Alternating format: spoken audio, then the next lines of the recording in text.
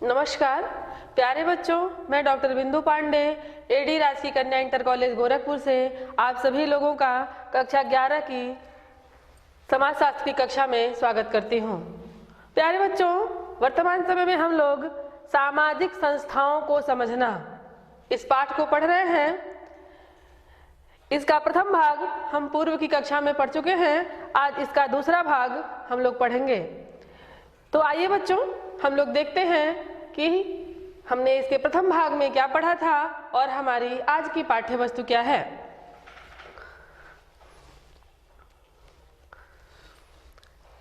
बच्चों, पूर्व की कक्षा में हमने जाना था कि संस्था किसे कहते हैं, संस्था के कितने प्रकार होते हैं, और प्रकार जानने के बाद हमने परिवार संस्था के स्वरूप को समझा था, जाना था।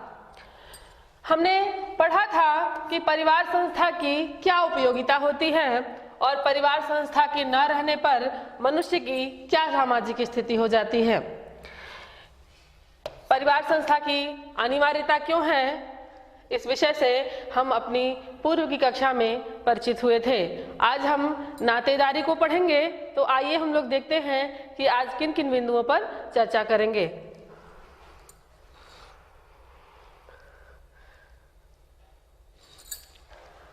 बच्चों, आज हम जानेंगे कि नातेदारी क्या होती है, नातेदारी के कितने प्रकार हैं, इससे भी हम परिचित होंगे।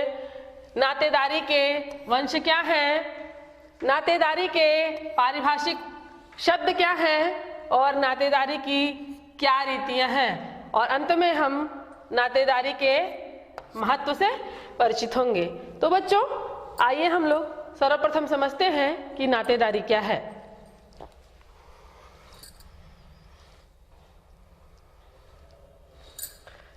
नातेदारी का अर्थ, मनुष्य समाज में अकेला नहीं रहता, जन्म से मृत्यु तक अनेक व्यक्तियों द्वारा वह घिरा होता है।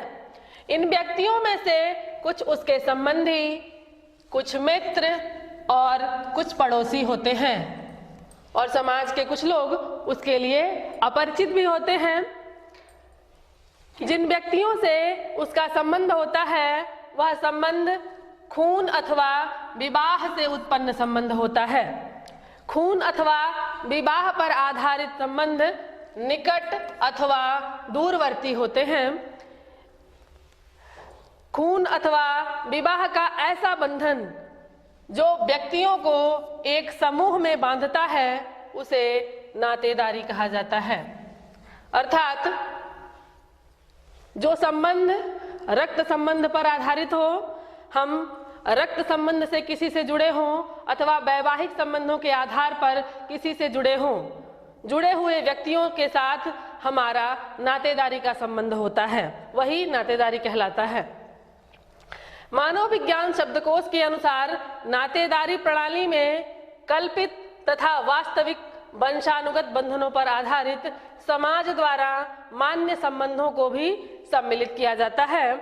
ऐसे संबंध सामाजिक अंतःक्रिया के परिणाम तथा समाज द्वारा मान्य होते हैं। बच्चों, आपने यहाँ देखा कि नातेदारी में कल्पित तथा वास्तविक वंशानुगत बंधन भी होते हैं। कल्पित से तात्पर्य है कि यदि हम किसी बच्चे को गोद लेते हैं तो उससे भी हमारा संबंध माना जाता है कि वह हमारा रक्त संबंधी है। किन्हीं किन्हीं कबीलों में बहुपति प्रथा पाई जाती है। एक स्त्री के कई पति होते हैं। जैविक रूप से जन्म लेने वाली संतान का पिता कोई भी हो सकता है, लेकिन वास्तविक पिता, समाज द्वारा मान्य पिता ज्येष्ठ पति ही कहलाता है। वही यहाँ पर कहा गया है, और यह संबंध समाज द्वारा स्वीकृत, समाज द्वारा मान्य होता है।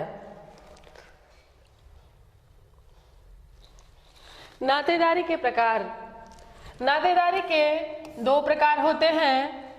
पहला है वैवाहिक नातेदारी और दूसरा है समरक्तीय नातेदारी। बच्चों, हम सर्वप्रथम देखते हैं कि वैवाहिक नातेदारी क्या होती है। विवाह बंधन पर आधारित नातेदारी को वैवाहिक नातेदारी कहते हैं। जब कोई पुरुष किसी कन्या से विवाह करता है तो वह न केवल उस कन्या से अपना संबंध स्थापित करता है, अपितु कन्या के परिवार में अनेक सदस्यों से भी उसका संबंध स्थापित हो जाता है। इस प्रकार न केवल विवाह करने वाले पुरुष का अपितु उसके परिवार के सदस्यों का भी कन्या के परिवार के सदस्यों के साथ संबंध स्थापित हो जाता है। विवाह संपन्न होते ही अनेक संबंधों का निर्माण हो जाता है।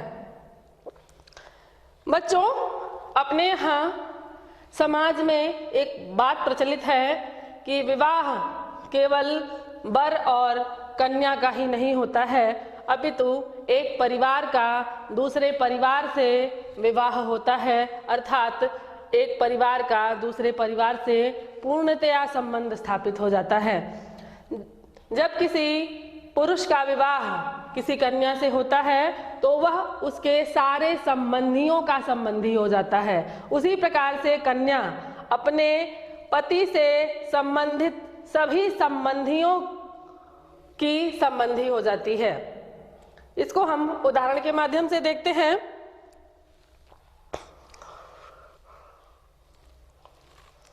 जैसे विवाह होने पर व्यक्ति केवल पति ही नहीं बनता, अपितु वह बहनोई, दामाद भी बन जाता है। वह फूफा, नंदोई, मौसा, जीजा, साला, साढ़ू आदि भी बन जाता है। इतने उसके संबंधी, इतने उसके नातेदार हो जाते हैं। इसी प्रकार कन्या विवाह हो जाने पर केवल पत्नी ही नहीं बनती है, वह पुत्रवधू, चाची, भाभी, देवरानी, जेठानी, मामी आदि भी बन जाती है। उसके इतने संबंध बन जाते हैं। इस प्रकार विवाह से अनेक संबंधों का निर्माण होता है, जिन्हें वैवाहिक नातेदारी कहा जाता है। ये सारे संबंध वैवाहिक नातेदारी के अंतर्गत आते हैं।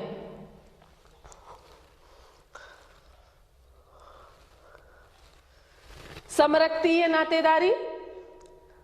बच्चों, जब हमने नातेदारी के प्रकार समझा तब जाना था कि नातेदारी दो प्रकार की होती है, वैवाहिक नातेदारी और समरक्तीय नातेदारी। वैवाहिक नातेदारी को हमने पूर्व में समझा है, अब हम समरक्तीय नातेदारी को देखते हैं। खून के बंधन को समरक्तीय नातेदारी कहते हैं। जैसे माता पिता तथा बच्चों के बीच में संबंध तथा सहोदरों का संबंध। सहोदर अर्थात एक ही माता पिता से जन्मे भाई बहन, उनका संबंध समरक्तीय नातेदारी के अंतर्गत आता है। इसी प्रकार पुत्र, भ्राता, बहन, ताऊ, चाचा, भतीजा, चचेरा भाई समरक्तीय संबंध में आते हैं। ममेरे फुफेरे भाई बहन, मामा, बुआ, ये सब समरक्तीय नातेदारी के अंतर्गत आते हैं। यहाँ यह जानना आवश्यक है कि खून का रिश्ता काल्पनिक और वास्तविक दोनों प्रकार का होता है। वास्तविक रिश्ते को अभी हमने समझा कि जैविक माता पिता की जैविक संतान, पिता के रक्त संबंधी बहन के साथ जो हमारी बुआ है उसके साथ हमारा रक्त संबंध होना, माता के भाई बहनों के साथ हमारा रक्त संबंध होना, ये तो वास्तविक नातेदारी हुई, वास्तविक रक्त संबंधी नातेदारी हुई। परंतु यदि हमने किसी बच्चे को गोद लिया है तो उस बच्चे के साथ भी हमारा समरक्तीय संबंध, समरक्तीय नातेदारी मानी जाती है। बहुपत या कबीलों में बच्चे के असली पिता का पता नहीं होता है, लेकिन जन्म देने वाली माता का जो पति होता है उसी को उस बच्चे का समरक्तीय पिता या जैविक पिता माना जाता है। यही काल्पनिक संबंध है। इस प्रकार खून का रिश्ता केवल जीव शास्त्रीय जैविक न होकर के अपितु सामाजिक मान्यताओं के आधार पर भी स्थापित हो सकता है। यह उदाहरण उसी के अंतर्गत आता है।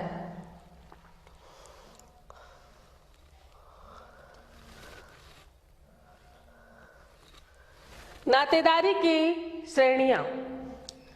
नातेदारी की कुल 3 श्रेणियां हैं।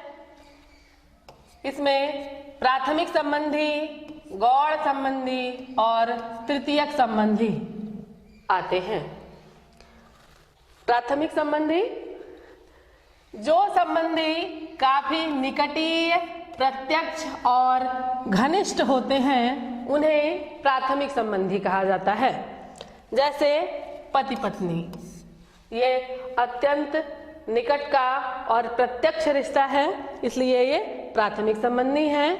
पिता पुत्र, ये प्राथमिक संबंधी हैं। माता पुत्री, माता पुत्र, छोटे बड़े भाई, छोटी बड़ी बहनें, भाई बहन, ये सब प्राथमिक संबंधी हैं क्योंकि इनका संबंध अत्यंत निकट का होता है।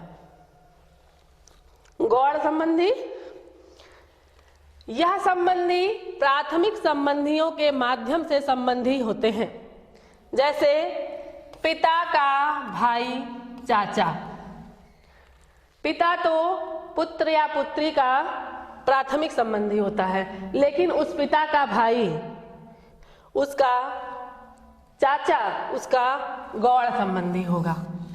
बहन भाई के लिए निकट संबंधी होने के कारण प्राथमिक संबंधी होती है, लेकिन उस बहन का पति अर्थात बहनोई या जीजा वह गौड़ संबंधी होता है। अब एक और संबंधी होते हैं तृतीयक संबंधी। जो गौड़ संबंधी के माध्यम से संबंधी बनते हैं उन्हें तृतीयक संबंधी कहते हैं।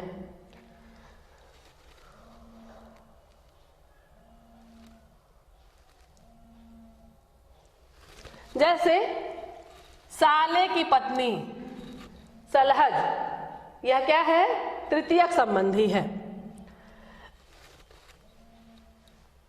साला कौन होता है? पत्नी का भाई। पत्नी प्राथमिक संबंधी, साला गौड़ संबंधी और उसकी पत्नी वो हमारे लिए तृतीयक संबंधी हुई। दूसरे शब्दों में इसे इस प्रकार भी समझ सकते हैं कि प्रत्येक तृतीयक संबंधी गौड़ संबंधी के प्राथमिक संबंधी होते हैं।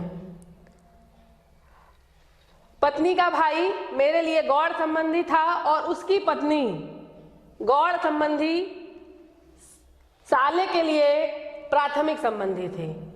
तो हमारा जो तृतीयक संबंधी होगा वह गौड़ संबंधी का प्राथमिक संबंधी होता है। यहाँ पर यह स्पष्ट है। अब हम नातेदारी के कुछ पारिभाषिक शब्दों को देख लेते हैं।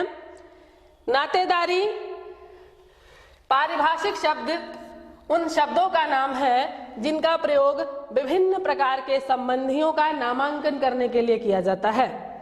मोर्गन एक प्रसिद्ध समाजशास्त्री हुए हैं। इन्होंने इन शब्दों का बहुत ही गहन अध्ययन किया है और उन्होंने इन शब्दों को 2 भागों में बांटा है, वर्गीकृत प्रणाली और वर्णनात्मक प्रणाली। हम लोग देखते हैं कि ये दोनों प्रणालियां क्या हैं।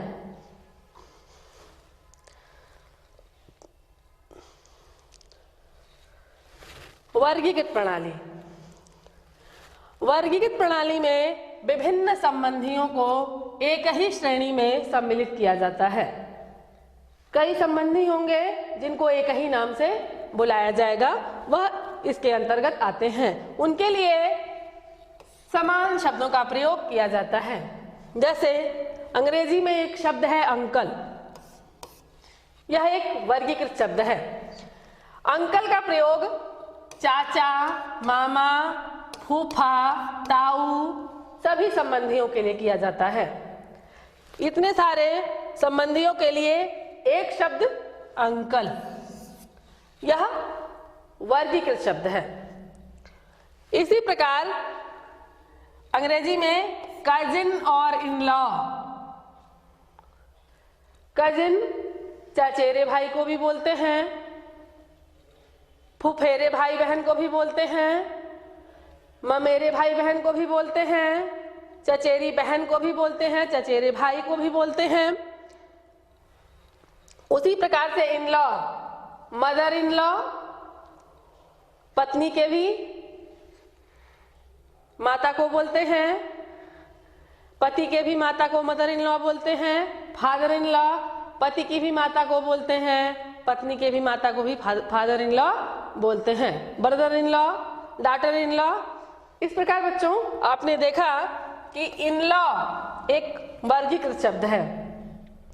यह बहुत सारे संबंधियों के लिए प्रयोग किया जाता है। आसाम के सेमा नागा लोग अजा शब्द का प्रयोग माता, पिता के भाई की पत्नी, वह ताई भी हो सकती है, चाची भी हो सकती है, उसके लिए भी अजा शब्द का प्रयोग किया जाता है। माता की बहन मौसी, उसके लिए भी सेमा नागा लोग अजा शब्द का प्रयोग करते हैं। ऐसे ही हिंदी में एक शब्द है समधि, यह भी एक वर्गीकृत शब्द है। यह दामाद के माता पिता के लिए भी प्रयोग किया जाता है और बहू के अर्थात पुत्र वधू के भी माता पिता के लिए समधि शब्द का प्रयोग किया जाता है। तो बच्चों आपने देखा कि कई संबंधियों के लिए जब एक ही शब्द प्रयोग किया जाए तो वह वर्गीकृत प्रणाली के अंतर्गत आता है। वर्णनात्मक प्रणाली, बच्चों इस प्रणाली में एक शब्द एक ही संबंधी का बोध कराता है। यह किसी व्यक्ति के दूसरे व्यक्ति के साथ निश्चित संबंध का बोध कराता है। हिंदी में अधिकांशतया वर्णनात्मक शब्दों का ही प्रयोग किया जाता है। जैसे पिता के भाई के लिए अगर छोटा भाई है तो चाचा, बड़ा भाई है तो ताऊ, माँ के भाई के लिए मामा, माँ की बहन के पति के लिए मौसा, ऐसे ही ताऊ मैंने आपको समझाया है।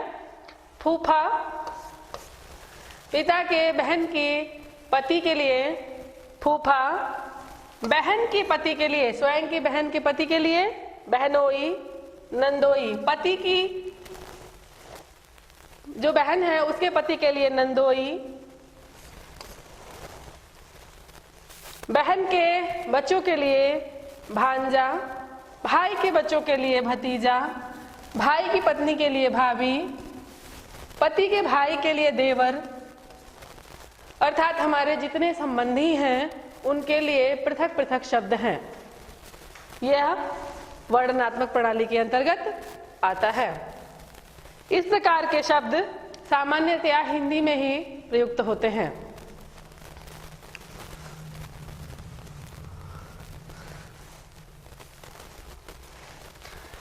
बच्चों अब हम नातेदारी की कुछ रीतियों से भी परिचित हो लेते हैं। नातेदारी रीतियों से तात्पर्य है कि विभिन्न संबंधियों के व्यवहार प्रतिमानों का अध्ययन करना, किस संबंधी का दूसरे संबंधी के साथ किस प्रकार का व्यवहार होना चाहिए, इसी का अध्ययन इसके अंतर्गत हम लोग करेंगे। पिता का जो संबंध पुत्र के साथ होता है वह पुत्र अपने पिता का आदर करता है, आदर का व्यवहार करता है, जबकि वही पुत्र अपनी पत्नी के लिए प्रणय भाव रखता है। भाई का बहन के लिए व्यवहार स्नेहपूर्ण होता है। संबंधियों के व्यवहार को नियमित करने के लिए कुछ नियम, कुछ नीतियां बनाई गई हैं। इन्हीं को नातेदारी नीतियों की संज्ञा दी जाती है कि किस नातेदार का दूसरे नातेदार के साथ कैसा संबंध होना चाहिए, यही नीतियां उसको निर्धारित करती हैं। एक नीति है परिहार की नीति। सभी समाजों में परिहार की रीति किसी न किसी रूप में प्रचलित है। बच्चों, ये रीतियां स्थान विशेष, समाज विशेष के लिए लागू होती हैं। जैसे ये परिहार की रीति हम लोग पढ़ना प्रारंभ किए हैं कि कुछ नातेदारों को एक दूसरे से दूर रहने की रीति है कि इन दो संबंधियों को दूर रहना चाहिए। जैसे यदि पुत्रवधू है तो ससुर को पुत्रवधू से दूर रहना चाहिए, पुत्रवधू को ससुर से अर्थात अपने पति के पिता से दूर रहना चाहिए। पति का यदि ज्येष्ठ भाई है तो उस ज्येष्ठ से भी उस वधू को दूर रहना चाहिए। ऐसी उत्तर भारत की रीति है। दामाद को सास से दूर रहना चाहिए। यह हिंदू परिवारों में प्रचलित है और हिंदू परिवारों में जो पर्दा प्रथा है वह इसी परिहार रीति की सूचक है। उत्तर भारत में माता का जो भाई मामा होता है वह पिता तुल्य आदरणीय होता है, उसे पिता का दर्जा दिया जाता है, पिता के समान माना जाता है। परंतु दक्षिण भारत में उससे विवाह की भी प्रथा पाई जाती है। इसीलिए बच्चों, ये जो नातेदारी की रीतियां हैं यह समाज विशेष के लिए विशेष रूप से बनाई जाती हैं। हर समाज की अलग अलग रीति, अलग अलग परंपराएं हैं। एक रीति और है परिहास की रीति। इस रीति में संबंधी को दूसरे संबंधी के साथ मजाक करने या तंग करने की अनुमति होती है। जैसे अपने यहाँ उत्तर भारत में पत्नी की बहन या भाई साला या साली के साथ मजाक करने की परंपरा है। पति के भाई या पति की बहन जो देवर और ननद हैं उनके साथ भी मजाक करने की प्रथा पाई जाती है। इसे परिहास नीति कहते हैं। ये रीतियां समाज विशेष के लिए विशेष रूप से प्रयुक्त होती हैं, विशेष रूप से बनी होती हैं।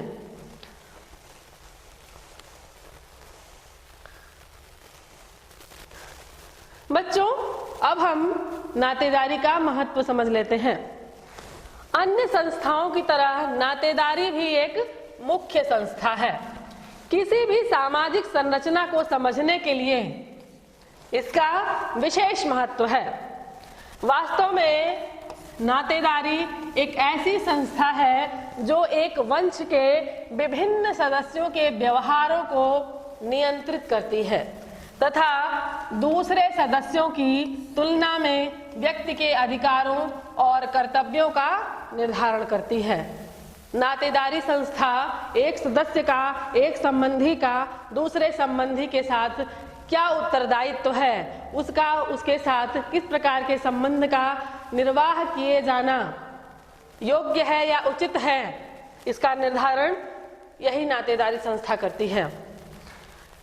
सरल समाजों में व्यक्ति के व्यवसाय, उत्पादन, उपभोग के रूप तथा मताधिकार आज की प्रकृति का निर्धारण भी अक्सर नातेदारी संबंधों के आधार पर किया जाता है।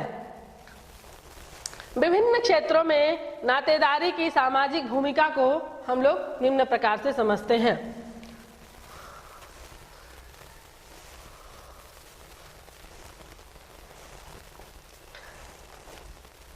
इस विषय में हम कुछ विद्वानों का मत भी देख लेते हैं। ब्राउन एक प्रसिद्ध समाजशास्त्री हैं, उन्होंने कहा है कि नातेदारी का मुख्य कार्य विवाह और परिवार के रूप को व्यवस्थित बनाना है।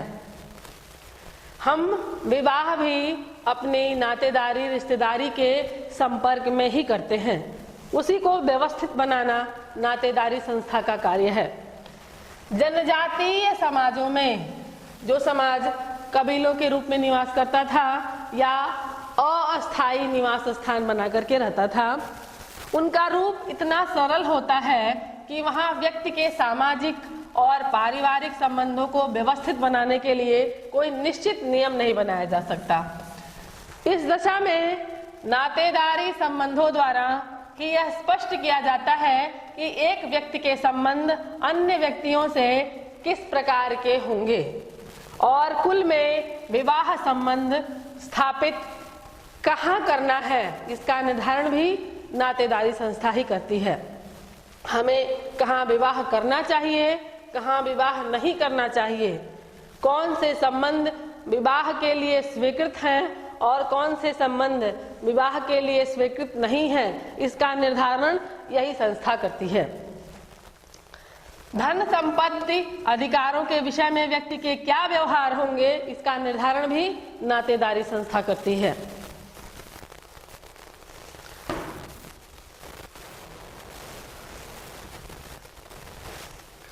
मडरॉक यह भी एक समाजशास्त्री हैं। इन्होंने भी लिखा है कि नातेदारी व्यक्ति की द्वितीय रक्षा पंक्ति है। इसका आशय यह है कि सरल समाजों में नातेदारी संबंध व्यक्ति के सामाजिक बीमे का कार्य करते हैं। अर्थात जब कोई विपत्ति का अवसर आता है, कोई बुरी दुर्घटना किसी संबंधी के साथ होती है, तो सारे संबंधी मिलकर के उसका सहयोग करते हैं।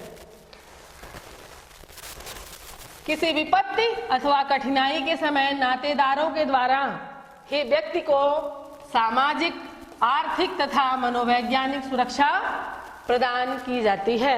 इससे व्यक्ति स्वयं को अकेला और असहाय नहीं महसूस करता है। यही नातेदारी का महत्व है। व्यक्ति की सामाजिक स्थिति का निर्धारण करने में भी नातेदारी संबंधों की विशेष भूमिका है।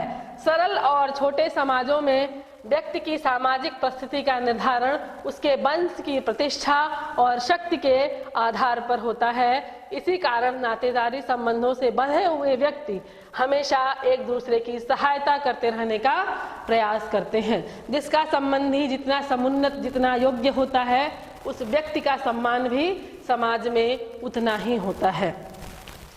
यही नातेदारी का महत्व है।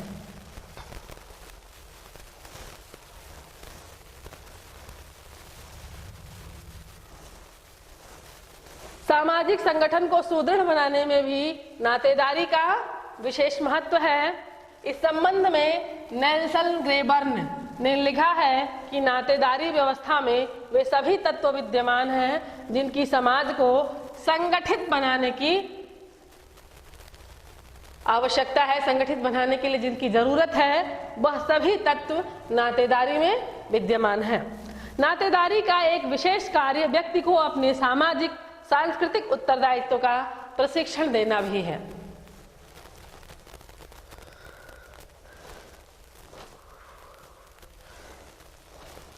बच्चों, अब हम इस पाठ पर आधारित अभ्यास प्रश्न को देख लेते हैं। पहला प्रश्न है, नातेदारी का अर्थ क्या है। दूसरा प्रश्न है, नातेदारी के प्रकारों का वर्णन करिए। और तीसरा प्रश्न है, नातेदारी का महत्व बताइए। प्यारे बच्चों, आशा है आपको यह पाठ समझ में आ गया होगा। शेष हम अगली कक्षा में पढ़ेंगे। धन्यवाद।